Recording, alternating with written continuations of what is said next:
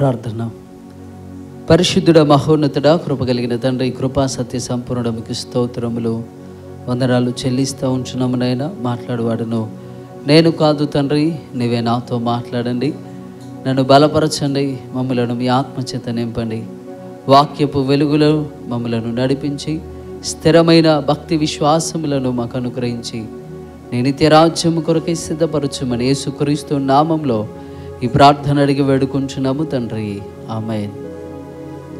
ముందుగా దేవాతి దేవునికి మహిమ కలుగునుగాక. హల్లెలూయా, హల్లెలూయా. కూడి వచ్చిన మీ అందరికీ ప్రత్యేకమైన వందనాలు తెలియజేస్తూ ఉంటున్నాను. ఇదే చివరి అవకాశం నాకైతే. మీకైతే చాలా అవకాశాలు ఉన్నాయి కదా, మీ జీవితకాలం అంతా ఈ మందిరంలో, ఈ అందమైన సుందరమైన మందిరంలో ఆరాధన చేసే భాగ్యాన్ని దేవుడు మీకు ఇచ్చారు. కానీ నాకైతే బహుశా చివరిది. పరిశుద్ధ ఆత్మదేవుడు మనలను నడిపించిన విధానంలో వాక్యాన్ని ధ్యానించుదాం.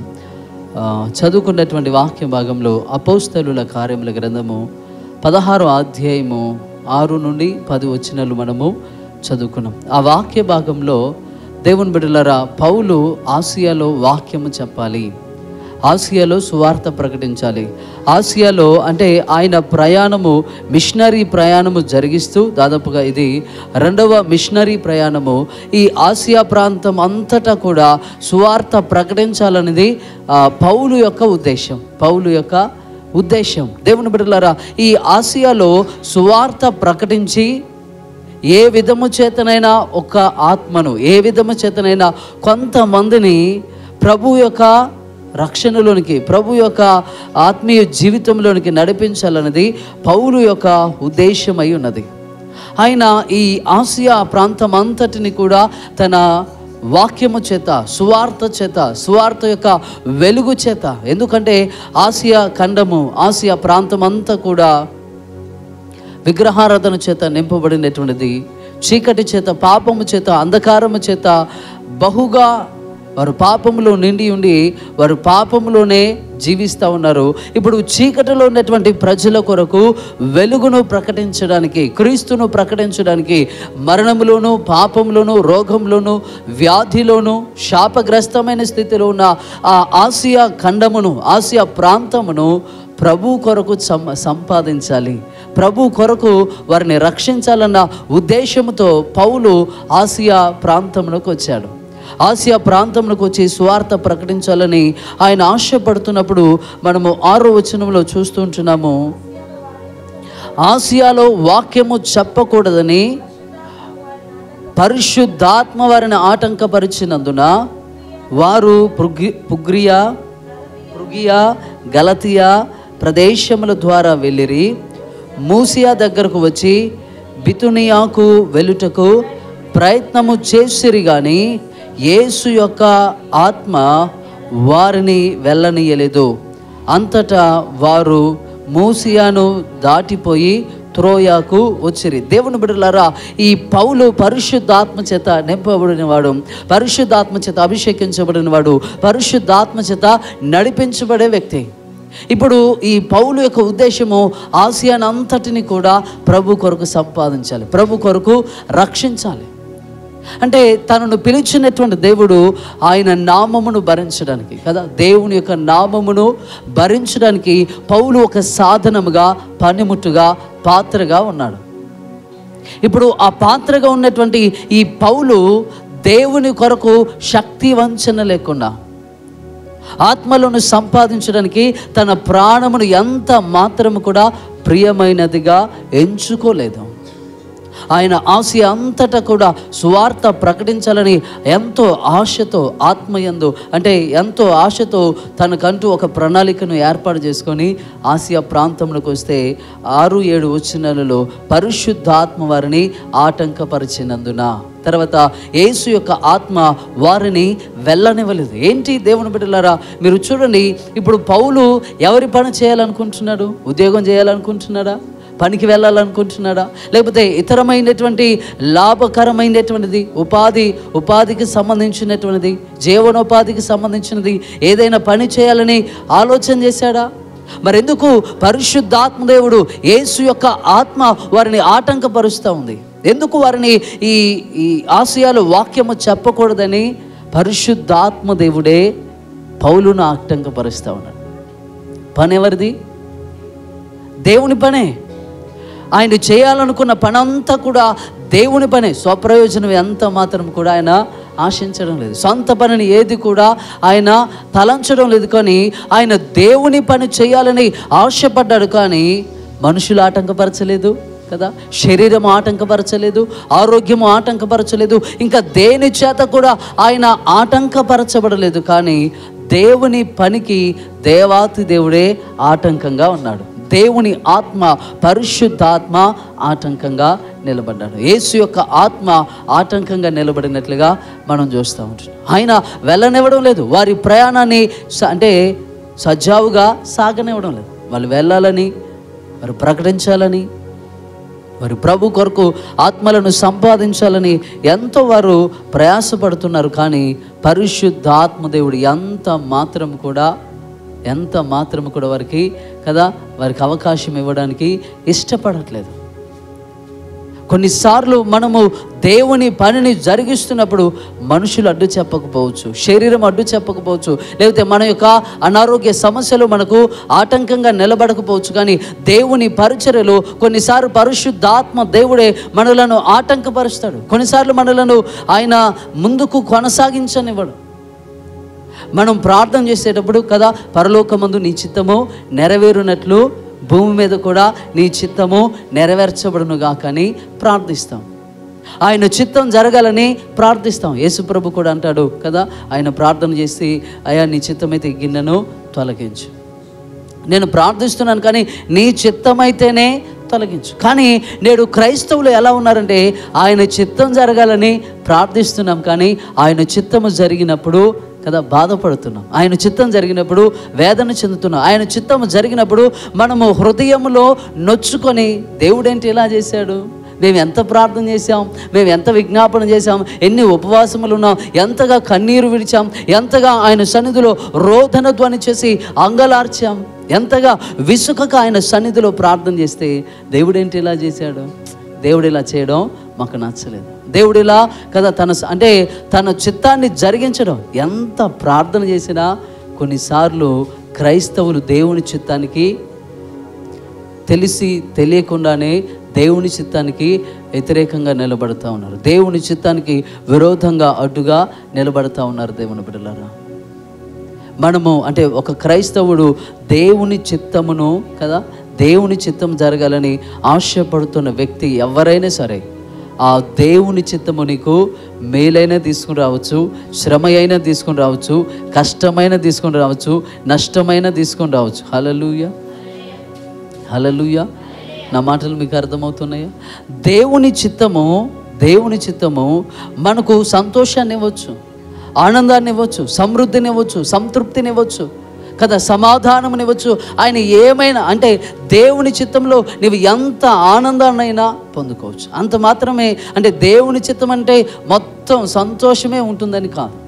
దేవుని చిత్తము కొన్నిసార్లు నీకు కష్టము, నష్టము, బలహీనతలు, రోగములు, వ్యాధులు ఇవన్నీ కలుగుతుండొచ్చు. కానీ దేవుని చిత్తము జరిగినప్పుడు గొనిగేవారుగా, సనిగేవారుగా మనం ఉండకూడదు. అది నష్టమైన, కష్టమైన, ఇబ్బందులైన, సంతోషమైన, ఆనందమైన దేవుని చిత్తమునకు మనం తల వంచి వెళ్ళాల్సిందే. పౌలు పరిచర్యలో ఆయన ఈ ఎఫెసులో సువార్త ప్రకటించాలని అనుకున్నాడు. పరిశుద్ధాత్మదేవుడు ఎంత మాత్రము కూడా వెళ్ళనివ్వడం లేదు. అప్పుడు త్రోయలో వారు నివాసం చేస్తూ ఉన్నారు. త్రోయకు వచ్చినప్పుడు వారు 9వ వచనంలో మీరు చూసినట్లయితే, అప్పుడు మాసిదోనియా దేశస్థుడు ఒకడు నిలిచి, నీవు మాసిదోనియాకు వచ్చి మాకు సహాయము చేయుమని తనను వేడుకొనుచున్నట్టు రాత్రి వేళ పౌలునకు దర్శనము కలిగెను. చాలండి. హల్లెలూయా, హల్లెలూయా. పరిశుద్ధాత్మదేవుడు మొదట ఆటంకపరుస్తూ ఉన్నాడు. ఆటంకపరిచినప్పుడు ఈ పౌలు ఏం చేస్తున్నాడంటే, నేను ఎలాగైనా దేవుని చిత్తాన్ని జరిగించాలి అని నేను ఎలాగైనా నా ఉద్దేశాన్ని నేను సువార్త చెప్పాలనుకున్నాను, ఎట్లనైనా సువార్త చెప్పాలి అని ఆయన ఆలోచించలేదు. కానీ త్రోయలో నిలిచాడు. త్రోయకు వచ్చి అక్కడ నిలిచినట్లుగా చూస్తాం. ఆ త్రోయలో పరిశుద్ధాత్మ దేవుడు దర్శన రూపంలో మాట్లాడుతూ ఉన్నాడు. మాసిదోనియా దేశస్థుడు ఒకడు వచ్చి మాకు సువార్త ప్రకటించమని తనను వేడుకొనుచున్నట్టు రాత్రి వేళ పౌలుకు దర్శనము కలుగుతూ ఉంది. ఒకవేళ దేవుని బిడ్డలారా, నీవు దేవుని చిత్తాన్ని తెలుసుకోలేని స్థితిలో నీవు ఉంటే, దేవుని చిత్తానికి వ్యతిరేకంగా నీవు నడుస్తుంటే, దేవుని చిత్తానికి నువ్వు ప్రతికూలంగా నువ్వు అడుగులు వేస్తూ మాట్లాడుతూ నీ జీవితం దేవునికి చిత్తానికి దూరంగా ఉంటే, అది దేవుని చిత్తమో కాదో తెలుసుకోవడానికి నీవు దేవుని సన్నిధిలో ప్రార్థించాలి. హల్లెలూయా, హల్లెలూయా. ఇప్పుడు దేవుని చిత్తము జరుగుతున్నప్పుడు అది మనకు కష్టాన్ని, నష్టాన్ని, దుఃఖాన్ని, వేదనను, కొన్నిసార్లు గుండెలు పగిలేనటువంటి ఆ దుఃఖంలోనికి మనం వెళ్తుంటాం. ఆ సమయంలో నీవు ధైర్యము తెచ్చుకొని, ఆ సమయంలో నీ గుండెను నిబ్బరపరుచుకొని నీవేం చేయాలంటే దేవుని సన్నిధిలో కనిపెట్టాలి. అయా, మరి నాకు దుఃఖం వస్తుంది, వేదన వస్తుంది, కష్టం వస్తుంది కదా, నేను కురింగిపోతా ఉన్నాను, నేను మాట్లాడలేని స్థితిలో, నిలబడలేని స్థితిలో కదా నేనున్నాను, ఎన్నో ఆలోచనలు, ఎన్నో తలంపులు నన్ను కదా కలిచి వేస్తూ ఉన్నాయి, నేనేం చేయాలని నువ్వు దేవునిని అడగగలిగితే, పరిశుద్ధాత్మ దేవుడు ఆయన ఎవ్వరితోనైనా మాట్లాడగలిగినటువంటి దేవుడు. ఆయన ఎవ్వరితోనైనా, ఎంత అజ్ఞానితోనైనా మాట్లాడగలడు. ఆయన ఎంత చిన్నపిల్లవాడితో కూడా కదా తన మాటను పలికించగలడు. దేవుని బిడ్డలారా, పౌలు దేవుని చిత్తము కొరకు కదా కనిపెడుతున్నప్పుడు దర్శనంలో దేవుడు మాట్లాడుతూ ఉన్నాడు. ఒక దర్శనం కలుగుతూ ఉంది. మాసిదోనియా దేశస్థుడు వచ్చి పౌలుతో అంటున్నాడు, మాకు సువార్త ప్రకటించు, మాకు సువార్త అవసరం, మాకు రక్షణ అవసరం కదా, మాకు సహాయము చేయమని మాసిదోనియా దేశస్థుడు అడుగుతా ఉన్నాడు. ఏ సహాయం ఇది అంటే ఆర్థిక సహాయము కాదు, మాట సహాయము కాదు, ఇంకేదో సహాయము కాదు, వారు రక్షించబడడానికి సహాయం చేయమంటున్నారు. వెంటనే వారు 10వ వచనంలో చూస్తే, అతనికి ఆ దర్శనము కలిగినప్పుడు వారికి సువార్త ప్రకటించుటకు దేవుడు మమ్మును పిలిచి ఉన్నాడని మేము నిశ్చయించుకొని వెంటనే మాసిదోనియాకు బయలుదేరుటకు యత్నము చేసితిమి. హల్లెలూయా, హల్లెలూయా.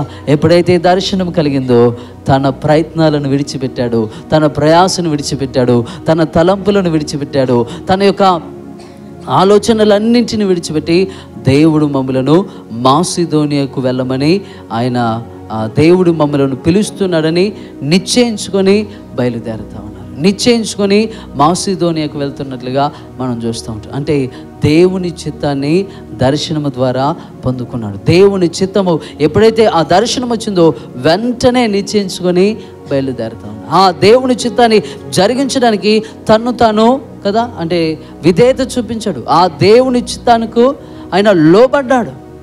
దేవుని చిత్తానికి ఆయన తనను తాను అప్పగించుకున్నట్లుగా వాక్యం చూస్తూ ఉంటున్నాం. మాసిదోనియా దేవుని బిడ్డలారా, మీరు ఆ 11వ వచనం నుండి తర్వాత మీరు చూసినట్లయితే 40వ వచనం వరకు కదా లుదియా జీవితం మార్చబడింది. తర్వాత ఒక సోద చెప్పేటువంటి చిన్న కుమార్తె, పూతోను అను దయ్యము చేత పీడించబడుతున్నటువంటి చిన్న కుమార్తెకు రక్షణ వచ్చింది. అంటే చెరసాలలో బంధించబడి అపవాది బంధకముల చేత బంధించబడినటువంటి ఆ చెరసాలలో ఉన్న ఖైదీలందరూ రక్షించబడ్డారు. అపవాది చేత బంధించబడి కదా చెరసాల నాయకుడుగా ఉన్న ఆ వ్యక్తి కుటుంబము, పిల్లలు అందరూ రక్షించబడ్డారు. దేవుని ప్రణాళిక సేవకుడు అనుసరించాలి. దేవుని చిత్తానికి సేవకుడు లోబడాలి. విశ్వాసులు కూడా లోబడాల్సిందే. ఒకవేళ అంటే మాసిదోనియానికి వెళ్ళి ఎంత స్వార్థ ప్రకటించినా కార్యం జరగదు. ఎందుకంటే దేవుడు స్వార్థ పరిచర్య ఎక్కడ సిద్ధపరిచాడంటే మాసిదోనియా దేశంలో ఆ వ్యక్తికి కదా పౌలుతో ఉన్న వారికి అక్కడ పని ఏర్పాటు చేశాడు. పని లేని దగ్గరికి వెళ్ళి కదా వరి లేనటువంటి ప్రాంతానికి వెళ్ళి మనం ఎంత పంట లేని ప్రాంతంలో ఎంత పంట కోయగలం, ఎంత ప్రయాసపడగలం, ఎన్ని ఒడ్లు సంపాదించగలం, ఎంత పత్తి తీయగలం కదా. అక్కడ అసలు పంట లేదు, అసలు విత్తనం నాటిన వారు లేరు, అక్కడ పంట లేదు. ఆ పంట లేనటువంటి సమయంలో, కోత లేని సమయంలో నువ్వు ఎలా పంటను సంపాదించగలవు, ఎలా గింజలు నువ్వు పోగు చేయగలవు? దేవుడు నీకు మాసిదోనియా దేశాన్ని చూపిస్తూ ఉన్నాడు. నీ కొరకు ఆయన మాసిదోనియా దేశాన్ని సిద్ధపరిచాడు. ఆయన ఉద్దేశములు వేరు, మన ఉద్దేశాలు వేరు. ఆయన తలంపులు వేరు, మన తలంపులు వేరు. ఆయన ప్రణాళిక వేరు, మన ప్రణాళిక వేరు. ఆయన నడిపింపు వేరు, మన నడిపింపు వేరు. ఎప్పుడైతే పౌలు తను దేవుని చిత్తమునకు అప్పగించుకున్నాడో, దేవుని బిడ్డలారా, నేను చెప్పాను కదా, లుదియా జీవితం, సోది చెప్పే కుమార్తె జీవితం, చెరసాలలో బంధించబడిన సైనికుల జీవితాలు మార్చబడ్డాయి. చెరసాల నాయకుని కుటుంబం అంతా కూడా రక్షించబడింది. దేవుని బిడ్డలారా, అదే ఆసియాలో ఉంటే నేను ఏ విధం చేతనైనా చేస్తాను, చేయగలనని కదా పట్టుదల పట్టి మొండిగా ప్రవర్తించి అజ్ఞానంగా ఉండి మూర్ఖత్వంగా ప్రవర్తిస్తే ఏమైనా సాధించగలడా? ఏమైనా పొందుకోగలడా? ఏమైనా దేవుని పని జరిగించగలడా? దేవుని బిడ్డలారా, ఎంత మాత్రం కూడా దేవుని పని చేయలేడు. దేవుడు తన పనివానికి కదా పనిని సిద్ధపరిచాడు. మాసిదోనియా దేశమునకు పౌలును పంపించి అక్కడ కొన్ని ఆత్మలను సంపాదించాడు. అలా అని ఇప్పుడు ఆ ఆసియా ఖండాన్ని, లేకపోతే ఆసియా ప్రాంతమును ఆయన విడిచిపెట్టాడా? ఆసియా ప్రాంతాన్ని, ఆసియాలో వాక్యం చెప్పకూడదని పరిశుద్ధాత్మదేవుడు ఆటంకపరిచాడు కదా. అక్కడ ఆటంకపరిచిన పరిశుద్ధ ఆత్మదేవుడు కదా ఆసియాను ప్రేమించలేదా? ఆసియాను ఆయన ప్రేమించకుండా వారిని నశించడానికి ఆయన ఇష్టపడ్డాడా దేవుడు అంటే? కాదు. కానీ ఆయన ఆసియాను కూడా ప్రేమించినటువంటి దేవుడు. దేవుని బిడ్డలారా, వాక్యంలో మీరు చూసినట్లయితే 19వ అధ్యాయము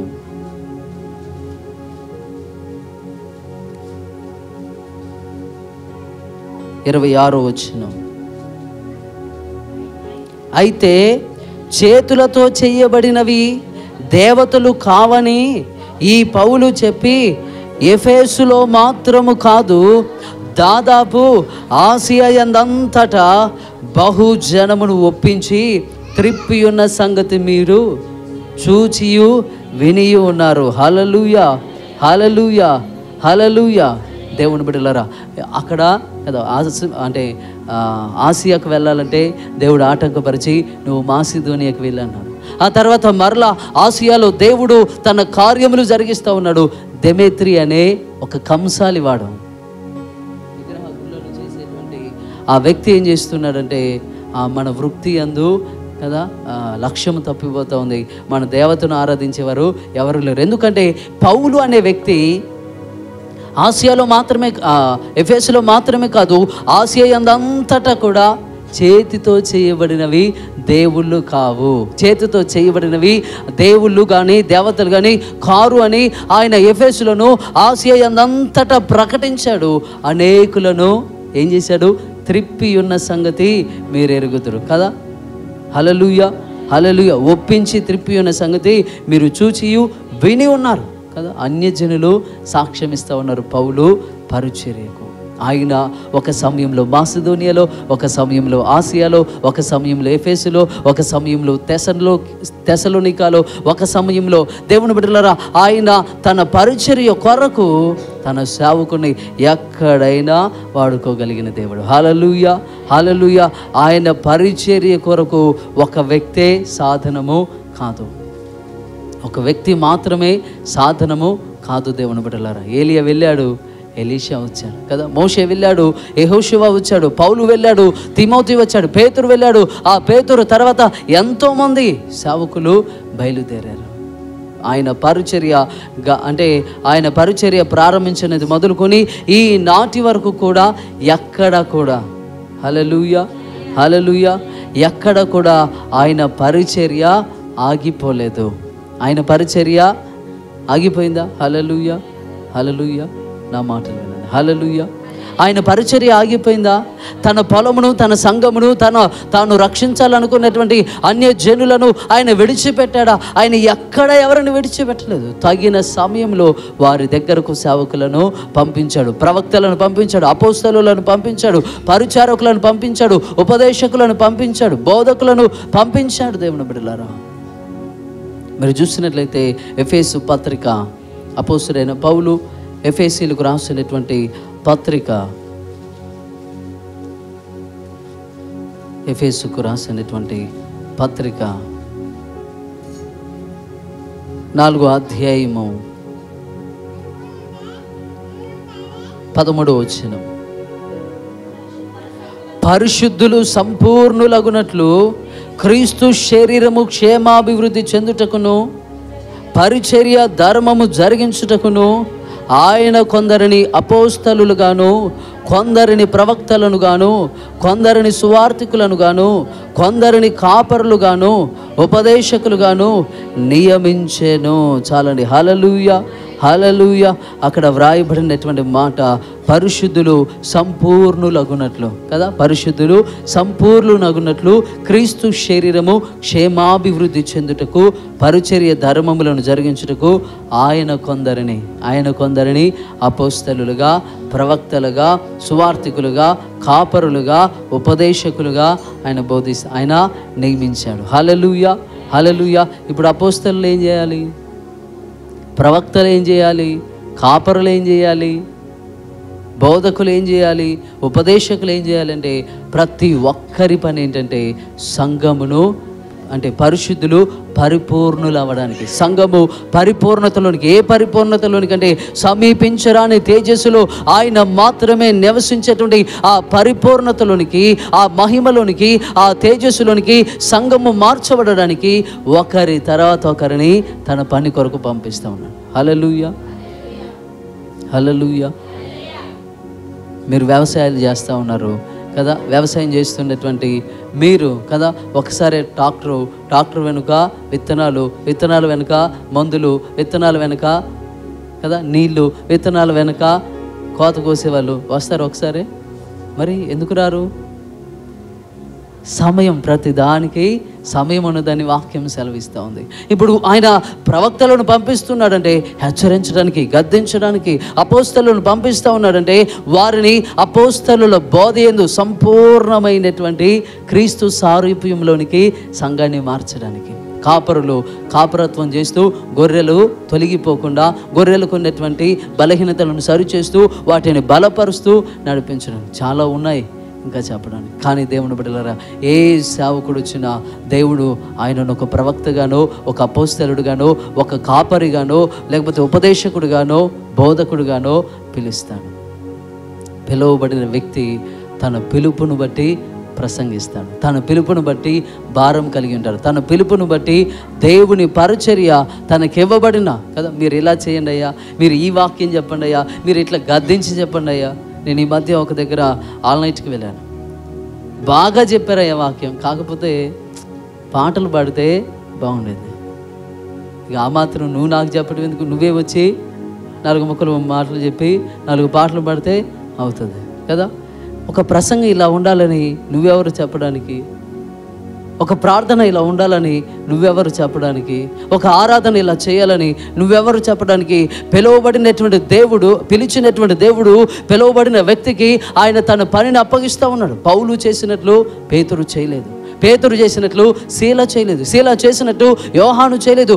ఎవరి పరిచర్య దేవుడు వారికి అప్పగించాడు, అది ప్రత్యేకమైనది, ఇంకెవ్వరూ చేయలేరు. అర్థమవుతుందా? అయ్యా, వాళ్ళు చేసినట్టు మీరు చేయలేకపోతున్నారు, మీరు చేసినట్లు ఇంకొకరు చేయలేకపోతున్నారు. ఎవరి పరిచర్య ధర్మము వారే చేయాలి. నాకంటే ముందున్న వారి పరిచర్య నేను చేశానా? వాళ్ళకంటే ముందున్న వారి పరిచర్యను వాళ్ళు చేశారా?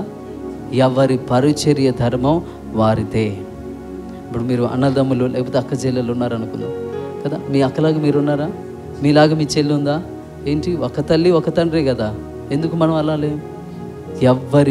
ఎవరిని ఎలా సృష్టించాలో దేవుని యొక్క చిత్తం. అలాగే తన పరిచర్య కొరకు ఆయన తల్లి గర్భంలో నుండి తన సేవకులను పిలిచేటప్పుడు వారికంటూ ఒక ప్రత్యేకమైన ప్రణాళిక కలిగి ఉంటాడు.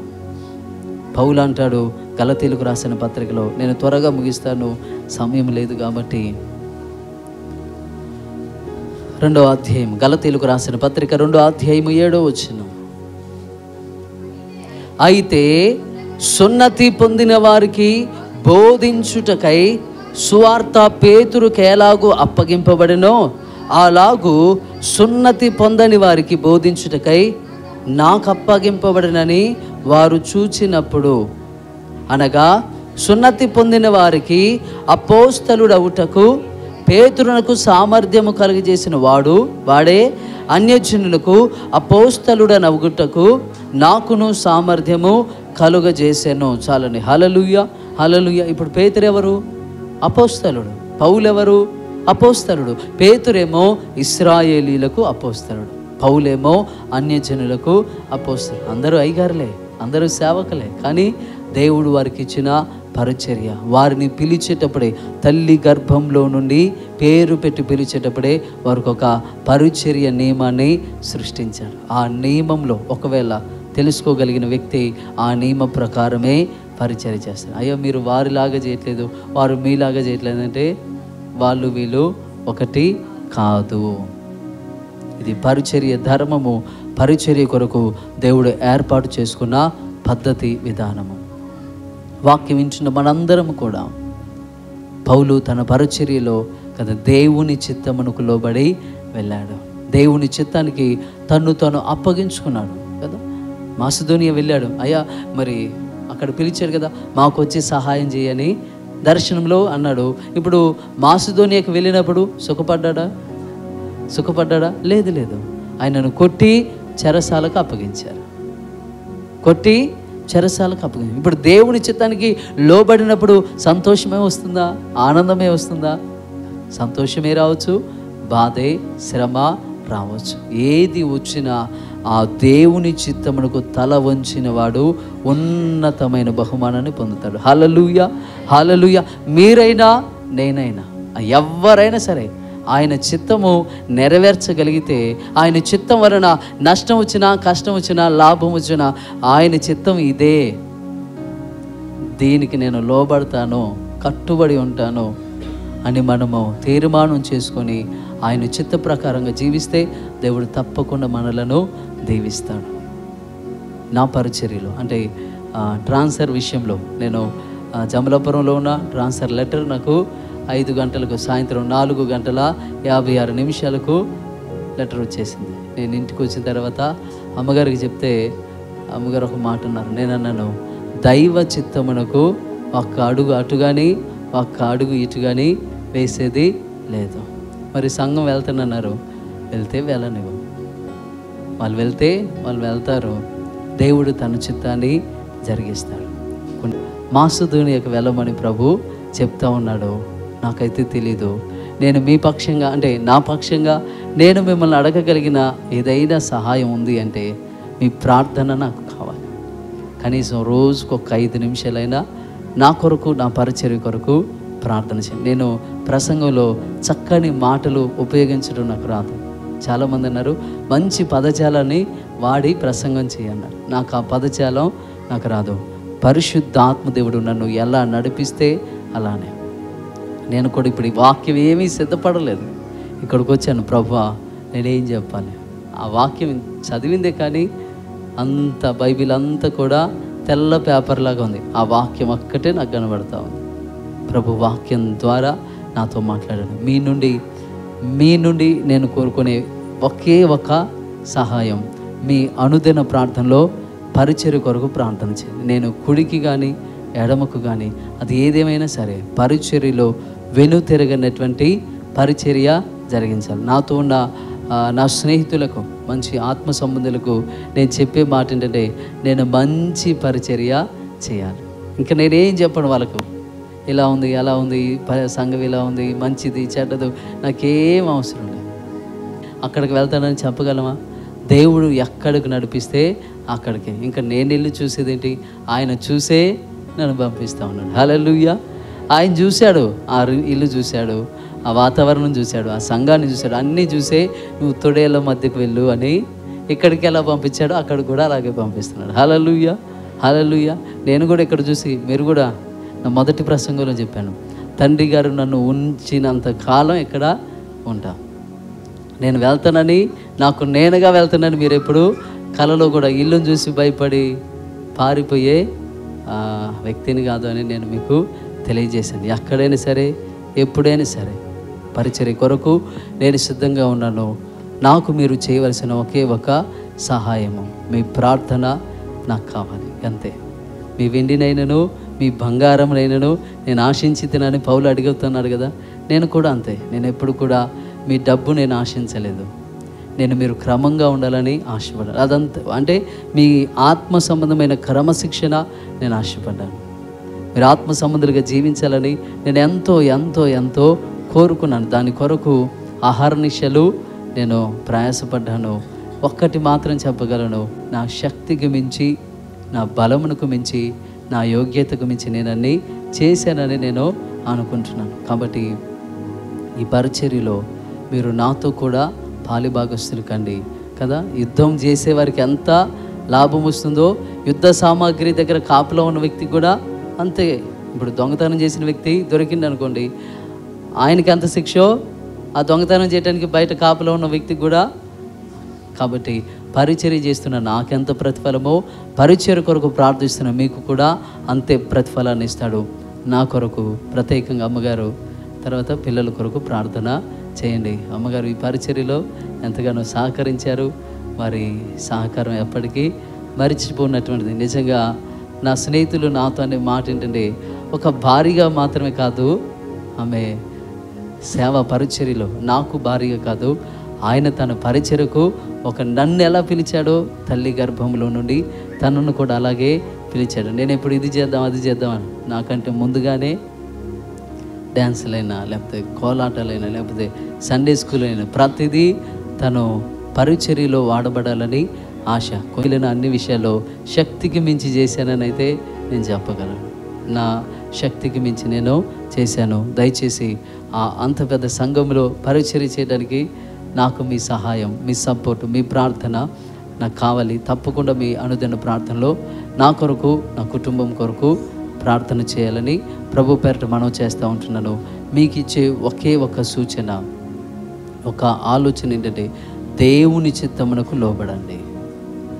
దేవుని చిత్తమునకు లోబడండి. నేను ఆ రోజు జమలాపురం నుండి రాగానే ఆయన చిత్తం, దేవుని చిత్తమునకు వ్యతిరేకంగా మనం ఎంత మంచిగా ఉన్నా ప్రవర్తించినా అది విరోధంగానే మార్చబడుతుంది. ఇప్పటి వరకు ప్రభు మీ మధ్యలో నన్ను వాడుకున్నాడు, బలపరిచాడు. దేవునికే మహిమ. మనందరం కూడా ఆయన చిత్తమునకు పౌలు వలె లోబడుతూ, పౌలు వలె తనకు దేవునికి మనలను మనం అప్పగించుకొని దీవించబడుటకు పరిశుద్ధ ఆత్మదేవుడు తన కృప సహాయం దయచేయునుగాక. ఆమేన్. ప్రార్థన. పరిశుద్ధుడ మహోన్నతుడ కృప కలిగిన తండ్రి, మీకు స్తోత్రములు వందనాలు చెల్లిస్తూ ఉంటున్నాను.